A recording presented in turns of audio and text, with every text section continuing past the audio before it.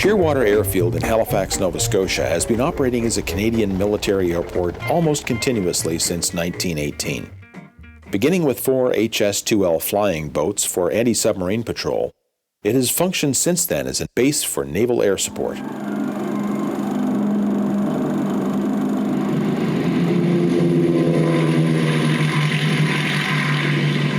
Currently in a changeover phase from Sea-King helicopters to Sikorsky Cyclones, the Shearwater base provides maintenance, training, and combat readiness for the naval fleet. In the annals of military aviation, the Naval Aviators hold a unique position of functioning in the most extreme conditions.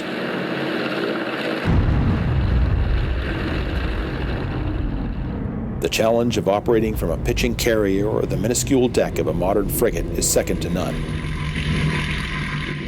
The skills of both the flight and ground crews need to be exceptionally high to function successfully.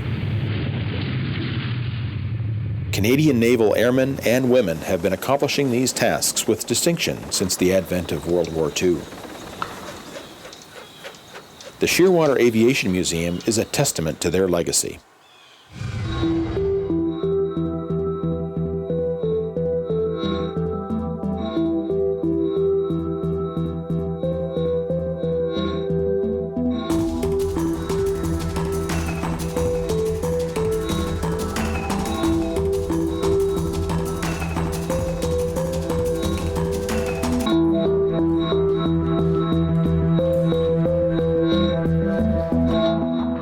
The museum combines a collection of vintage aircraft, flight simulators, library facilities, including everything from first-person accounts to rare film footage, maintenance and restoration facilities, as well as various historical displays. The Shearwater Aviation Museum is a very unique Canadian Forces museum. We have a mandate that's very specific to this air station and the aircraft and squadrons that operated from here. There's a continuity in the story from the very beginning in that our specialty is anti-submarine warfare, and that threat was established in the First World War with the German U-boats that were present in the Atlantic waters off the coast of Nova Scotia.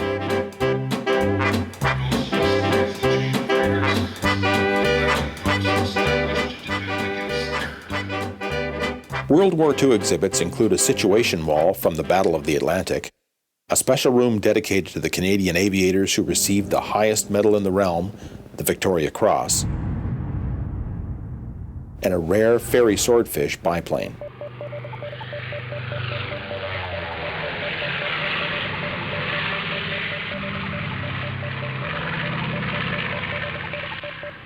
The sinking of the Bismarck was credited to one of them old swordfish.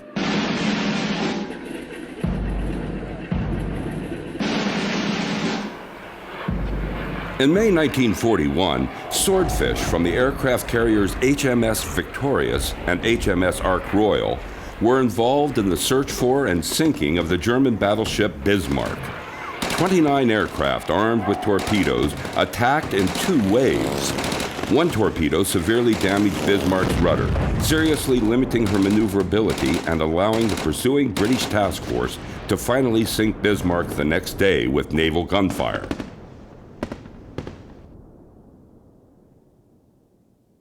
I was joined at 17 the Royal Navy at the start of the war, and I was transferred here after the war ended. A quick tour of the museum reveals a wealth of vintage aircraft like the Avenger, which was flown from HMCS carrier Magnificent.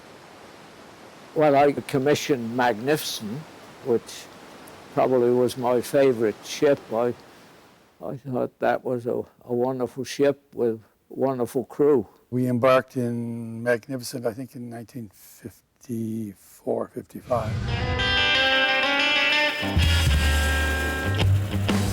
The event was very well suited to carrier operations. It was rugged, it could take a lot of punishment. But we did run into a barrier on the Magnificent, and we caught the arrestor wire. Didn't stop quickly enough and ran into the barrier, which prevented us from going into the deck park and messing up a whole bunch of airplanes.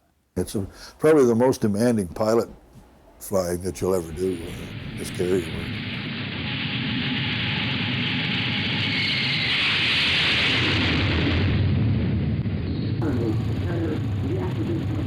The Bonaventure aircraft carrier, which replaced the Magnificent, had modern angled decks and was a distinct improvement necessary for a Cold War jet age footing.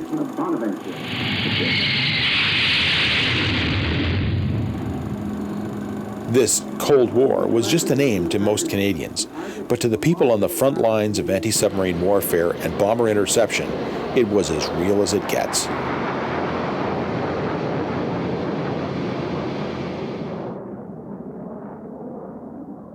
The frontline jet fighter for the RCN was the Banshee, a rugged all-weather carrier-borne fighter.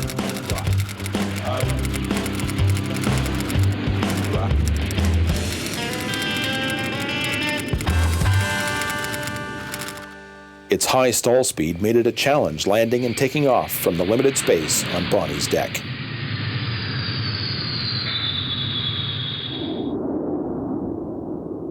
I saw the last Banshees land on board.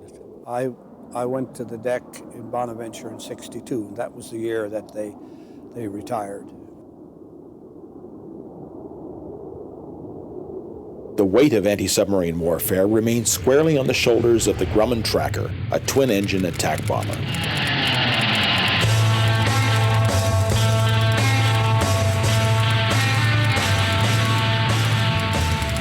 The Tracker did all kinds of wonderful things. It didn't have any bad faults that would get you in trouble. It did a lot of hairy things as well. For example, when taking off Bonaventure, it went through a wave where we lost sight of it completely and still made it around to land back on the carrier. We all thought it had gone into the ocean. So it was a real hardy little airplane. Carrier pilots had a demanding job with total faith in their ship and crew. Crews were well trained, and because of that, it was not dangerous. It was sometimes exciting at night. And of course, then you also spotted the center line of the deck and flew the airplane into the deck, basically. Of course, you got to remember, but you were out in the middle of the Atlantic. There's only one airfield you're going to land on. Always go back and think of those days with fond memories. When the RCN retired the Bonaventure in 1970, the ASW function turned to the newly minted Sea King helicopters, which were then retasked to destroyers and frigates. The formation of large 10-ton helicopters on the back of very small frigates, it was a significant accomplishment. Canadian ingenuity designed and built a landing tool essential to safe operations of the helicopters on a microscopic landing deck. This bear trap made landing possible under all weather conditions. They are still operational 50 years later. For every small ship that bounces around, there's always a steady period. It would come up and it would ride on the crest of a wave for a couple of seconds.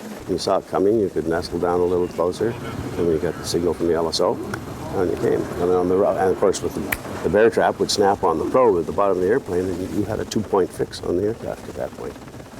After a while, it got to be a challenge between us all to see who could make the best landing in a rough night.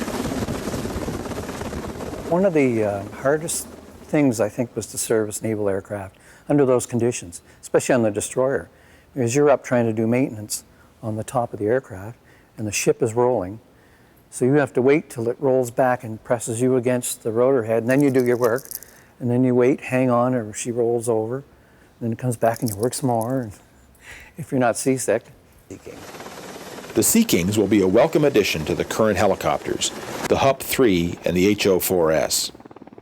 The museum anticipates the arrival of 2 Sea Kings soon after their decommissioning. It will need a larger space to accommodate the new acquisitions, and a building fund is currently underway. See if it'll take it. An important function of the Searwater Aviation Museum is the restoration of aircraft in the collection. Are they easy to get in and out? Those are really easy. These are a little more difficult. I enjoy being here. I enjoy the people here. I come here twice a week and I love it. So for anyone who's mechanical or likes to fix things or build things, it's kind of, you know, being like a kid in a candy store. All right, just let her down. It's a dream come true for me because I'm always going to monkey with airplanes, so I might as well do it here in a nice environment with nice people, and so it's beautiful. Preserving the history is really important, especially aircraft with, you know, a long lineage like the Spitfire, the Hurricane. And this is a unique project because it's starting with nothing really and doing a complete replica as opposed to doing a full restoration on an older aircraft. So the plan right now is get the Hurricane in position and hoist it pretty much straight up. We're going to put the wings on, of course, and do the little finishing bits. That'll come out easy. The Swordfish is an authentic example of a restoration using period materials for authenticity. However, the one aircraft that the volunteers are most proud of is their vintage Ferry Firefly. It has taken the restorers many years to rebuild the airframe that was discovered in Ethiopia and returned to Canada.